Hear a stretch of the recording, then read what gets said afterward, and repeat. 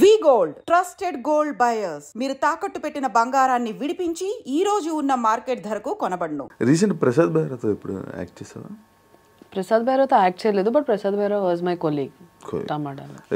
రీసెంట్గా ఒక ఇష్యూ జరిగింది, అమ్మాయిలు షూటింగ్స్ లొకేషన్స్లో ఇలా చెప్పి, అలాంటి పర్సనా?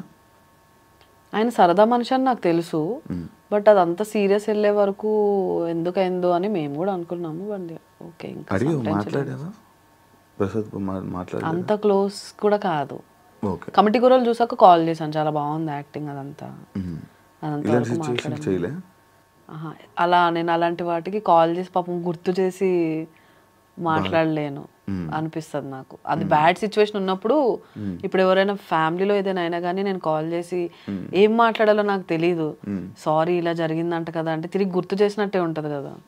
బయట ఎప్పుడైనా కలిసినప్పుడు మళ్ళీ అసలు టాపిక్స్ తీయను నేను, అలాంటివి బ్యాడ్ సైడ్ నేను టచ్ చేయను. గుడ్ ఓకే, ఏడిపిస్తా కావాలంటే, కానీ బాగా క్లోజ్ ఫ్రెండ్కి అలాంటివి ఏమైనా అయిందనుకో బాగానే అలాంటివి ఏమైనా అంటూ ఉంటా, టాంట్స్ వేస్తా, కానీ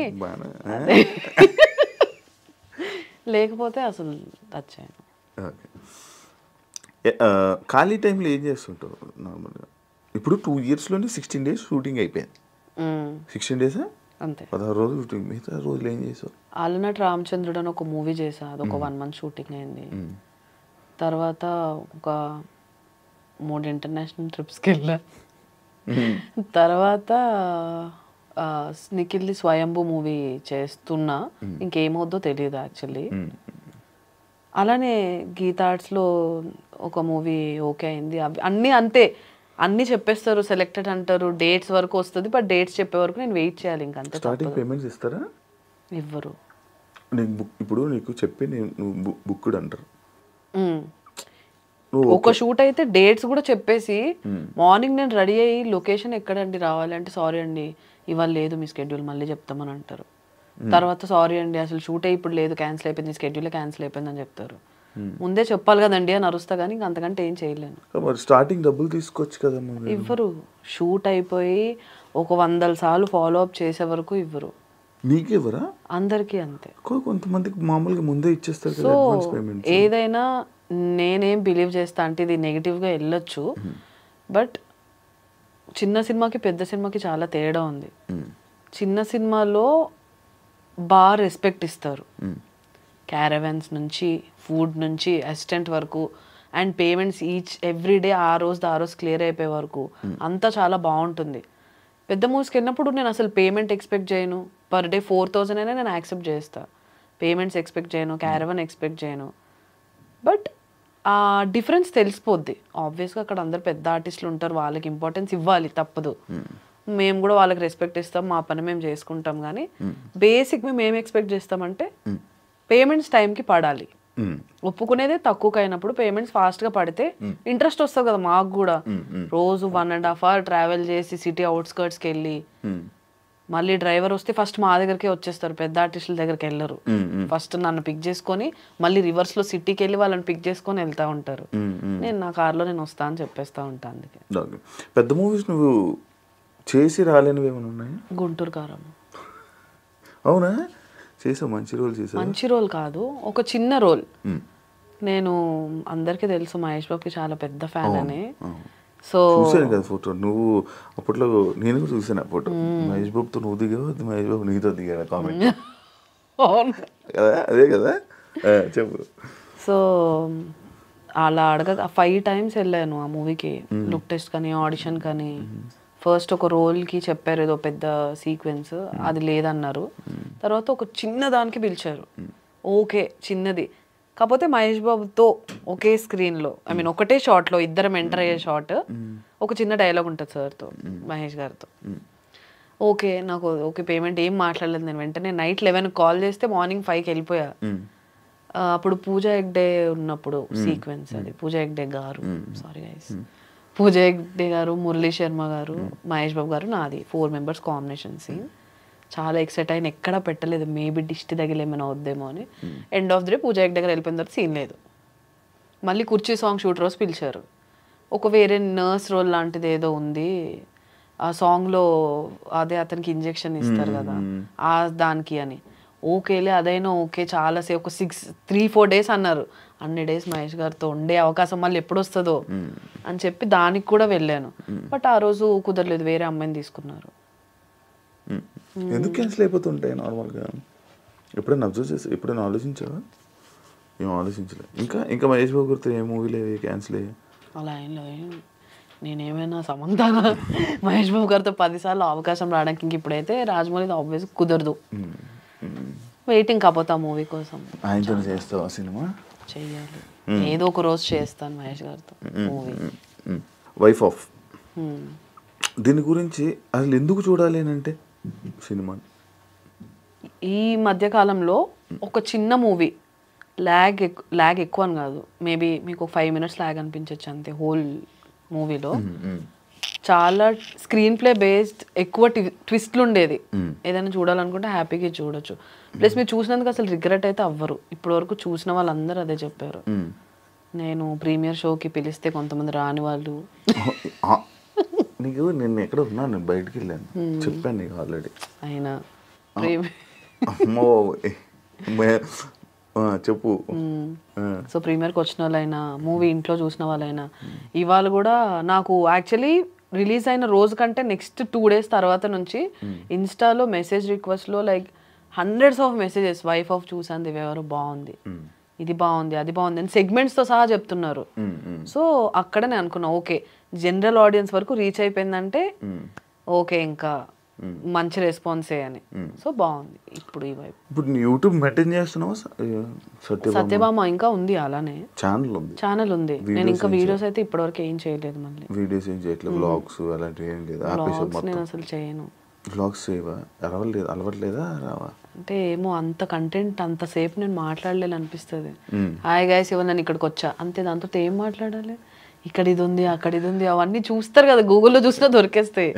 ఇంకా నాకు ట్రై కూడా చేయలేదు ఎప్పుడు. ఇంట్రోవర్ట్ అంతే. తెలిసిన వాళ్ళ దగ్గర బీభత్సమైన ఎక్స్ట్రోవర్ట్, అవును. తెలియని వాళ్ళ దగ్గర కొంచెం ఇంట్రోవర్ట్ కదా. ఎలా మేనేజ్ చేస్తావు నార్మల్గా బయట షూటింగ్స్లో? ఫస్ట్ 2 days అసలు మామూలుగా ఇప్పుడు వేరే మూవీ షూట్స్కి వెళ్ళినప్పుడు అసలు నేను ఒక్క మాట కూడా మాట్లాడను. నాకు అరవెంట్ని నేను వెళ్తా, పడుకుని పోతా. పొద్దున్నే లేవడం నాకు అసలు అలవాటు లేదు. షూట్స్ అప్పుడు మాత్రమే ఎంత ఎమర్జెన్సీ నైట్ పడుకోకపోయినా కానీ షార్ప్ 5 కంటే 5కి సెట్లో ఉంటా. అదైతే ఒకటి ఉంది. సో నాకు నిద్ర లేకపోతే నేను బతకలేను అనమాట. తిండి లేకపోయినా బతికేస్తా. షూట్కి వెళ్ళగానే మేకప్ వేసుకొని ఫస్ట్ పడుకుని పోతా. ఎప్పుడో పిలుస్తారు. మూవీ షూట్ అంటే ఏదో ఒక్కటే సీన్ ఉంటుంది కదా, ఆ పిలిచే వరకు హ్యాపీగా పడుకుంటా. నా సీన్ ఉన్నప్పుడు వెళ్తా, అందరికీ హాయ్ చెప్తా, సీన్ చేసుకుని వచ్చి కార్ వేసుకుని ఇంటికి వెళ్తా. పడుకుంటూనే ఉంటావు లైఫ్ మొత్తం రోజంతా? అలా యుఎస్ ఫ్రెండ్స్ కాల్ చేసుకుంటూ ఉంటా. ఎవరు వాళ్ళ ఇద్దరు కపుల్స్ ఉంటారు, వాళ్ళిద్దరు? మన నందు వాళ్ళు కాదు ఫ్రెండ్సే కదా. వాళ్ళు నిజంగా బయట కూడా అలాగే కొట్టుకుంటారా? నిజంగా అంతే క్యూట్ ఉంటారు వాళ్ళు. మొన్నే దగ్గర నుంచి చూసాం. సో వాళ్ళు నిజంగా అంతే క్యూట్. నేను పోస్టర్ చూసినప్పుడు నాకు డౌట్, మీ ఇద్దరు వైఫ్ అండ్ హస్బెండ్. అవును. ఒక దాంట్లో నువ్వు హ్యాపీగా కూర్చున్నావు, ఆయన డల్ ఉన్నాడు. ఒక దాంట్లో నువ్వు డల్ ఉన్నావు, ఆయన హ్యాపీగా ఉన్నాడు. ఏంటి?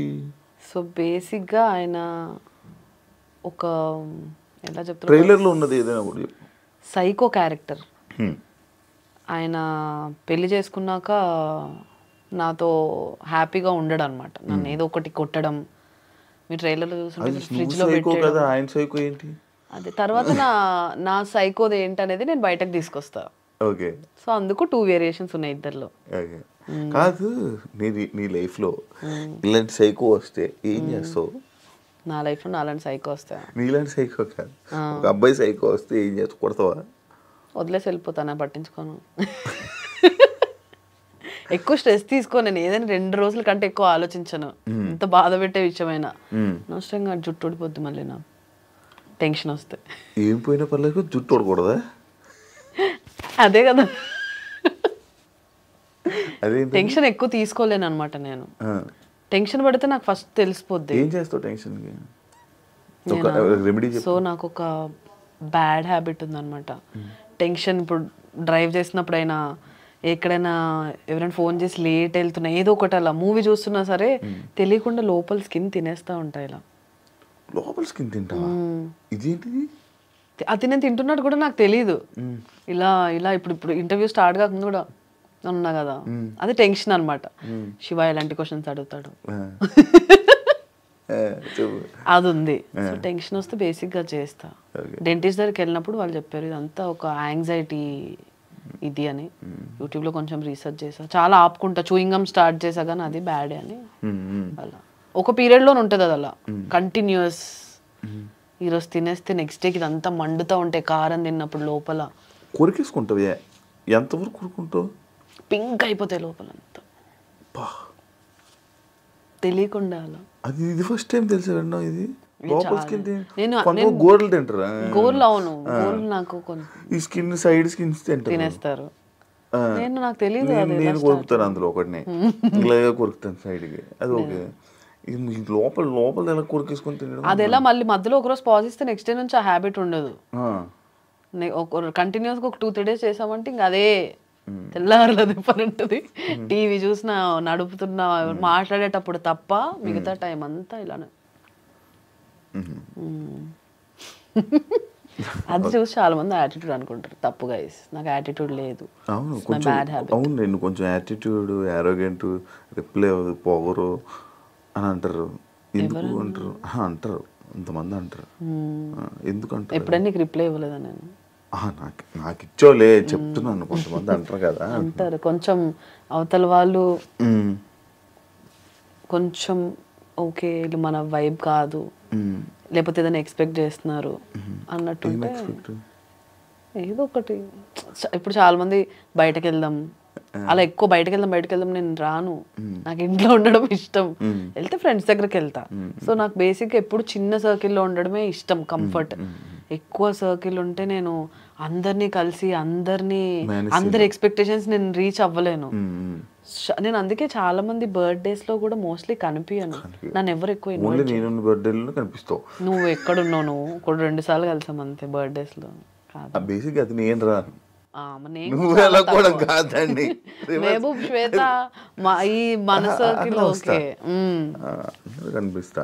సో అలా కొంచెం అందరినీ. కమిట్మెంట్ ప్రాబ్లమ్స్ ఏమైనా ఇబ్బంది అయ్యిందా నీకు ఇండస్ట్రీలో? స్టార్టింగే ఏమని? ఊరికే ఒక ఆడిషన్ అంతా అయిపోయింది ఓకే అంటారు. తర్వాత వాళ్ళ పిఏలు వాళ్ళు వాట్సాప్ కాల్, నార్మల్ కాల్ చేయరు, వాట్సాప్ కాల్ చేసి ఇలా ఇలా కమిట్మెంట్ ఎక్స్పెక్ట్ చేస్తున్నారు, మీకు ఓకే అయితే చెప్పండి. లేదండి నేను అలా చేయను, చిన్న రోల్ అయినా పర్లేదు, డబ్బులు తక్కువ ఇచ్చినా పర్లేదు, కమిట్మెంట్తో అయితే నేను చేయనండి అని చెప్పేసి బ్లాక్. జరిగే అవుతాయి సిరీస్లోనే. యూట్యూబ్ అంత లేదు. యూట్యూబ్ అంటే నాదే కదా, ఇప్పుడు నా యూట్యూబ్ నాది, నేను హ్యాండిల్ చేసేది, నేనే ఆర్టిస్ట్లను తీసుకునేదాన్ని స్టార్టింగ్ లో. యూట్యూబ్ స్టార్టింగ్ లో లేదు. అప్పట్లో యూట్యూబ్ కి ఒక అమ్మాయి దొరకడమే చాలా గగనం. అప్పట్లో అసలు ఆర్టిస్ట్ లేరు యూట్యూబ్ కి ఎస్పెషల్లీ. సో అలాంటప్పుడు దొరికిందే ప్రసాదం. ఎవరు కొంచెం ఓకే ఈ క్యారెక్టర్ పుల్ చేయగలరు అనిపిస్తే వాళ్ళని తీసేసుకొని పెట్టేసుకునేవాళ్ళు, ఇన్ హౌస్ తీసేసుకునేవాళ్ళు. ఇప్పుడు ఫ్రీలాన్సింగ్ అంతా అందరూ బిజీగా ఉన్నారు కాబట్టి ఫ్రీలాన్సింగ్ త్రూ చేసుకుంటున్నారు. ఈ వైఫ్ ఆఫ్ గురించి ఏం చెప్పాలనుకుంటున్నావు? రెడ్ మార్కులు ఇచ్చారు, క్రైమా? నేను యాక్చువల్ చూడలేదు, చూస్తా. సో రెడ్ అంటే కొంచెం బ్లడ్ షెడ్ ఉంటుంది, కాకపోతే అది చేస్తున్నప్పుడు జనాలకి ఓకే చంపు కావాల్సిందే ఇది అన్నట్టు ఉంటుంది అన్నమాట. కింద నువ్వు వస్తున్నప్పుడు ఒక ఆయన పెద్ద ఆయనలే బాగానే ఉంటుంది, ఒక ఆయన, ఈమె వైఫ్ ఆఫ్ లో అందరిని చంపుకొని వెళ్ళిపోతుంది ఆమెనా అని అన్నారు కింద. ఇందాక ఆమెనే అని అన్నాను నేను. ఏంటి చంపుకొని వెళ్ళిపోవడం అన్ని? మూవీ చూస్తా అన్నావు కదా. అవును సర్లే, చెప్పే కదా నాలో అదొక సైకో. బట్ దాని అన్నిటికీ ఒక రీజన్స్ ఉంటాయి. అదేంటనేది మూవీ చూస్తే అందరూ ఓకే ఇలా చేయడానికి, అమ్మాయి ఇలా చేయడానికి ఇదా రీజన్ అనేది ఒకటి క్రియేట్ అవుతుంది. అన్నిటికీ ఆన్సర్స్ ఎండ్లో ఉంటాయి. సో అదే వైఫ్ ఆఫ్ ఎందుకు చూడాలంటే, ఒక లో బడ్జెట్ పెద్ద ప్యాడింగ్ ఆర్టిస్ట్ లేకుండా అందరూ ఆల్మోస్ట్ న్యూ కమర్స్తోనే రాత్రి పగలు కష్టపడి చేసి ఇంతవరకు తీసుకొచ్చాం కాబట్టి, అండ్ స్టోరీ మెయిన్గా కంటెంట్ ఉంది, ఇవన్నీ పక్కన పెడితే కంటెంట్ ఉంది కాబట్టి తప్పకుండా చూడాల్సిన సినిమా వైఫ్ ఆఫ్. చూడండి, ఈటీవీ విన్లో స్ట్రీమ్ అవుతుంది గైస్. Okay, thank you. అందరూ చూస్తారు అండ్ ఆల్ ది బెస్ట్. ఇంకా చాలా మాట్లాడాలి, టైం వచ్చినప్పుడు మళ్ళీ మాట్లాడతాను దాని గురించి. నేను కూడా వెయిటింగ్, చూద్దాం. ఇప్పుడు కొంచెం అలాగే వెళ్ళిపోయింది, ఇంకా పూర్తిగా నేను మాట్లాడాలనుకుంటున్నాను, మళ్ళీ టైం వస్తుంది అని అనుకుంటున్నాను. అండ్ ఆల్ ది బెస్ట్ నీ వైఫ్ అండ్ ఇంకా మంచి ప్రాజెక్ట్స్తో మళ్ళీ మా ముందుకు వచ్చి జనాలందరినీ ఎంటర్టైన్ చేస్తామని మనస్ఫూర్తిగా కోరుకుంటున్నాను. అండ్ ఆల్ ది బెస్ట్ మీ లైఫ్కి. ఆల్ ది బెస్ట్ నీకు కూడా. Thank you so much.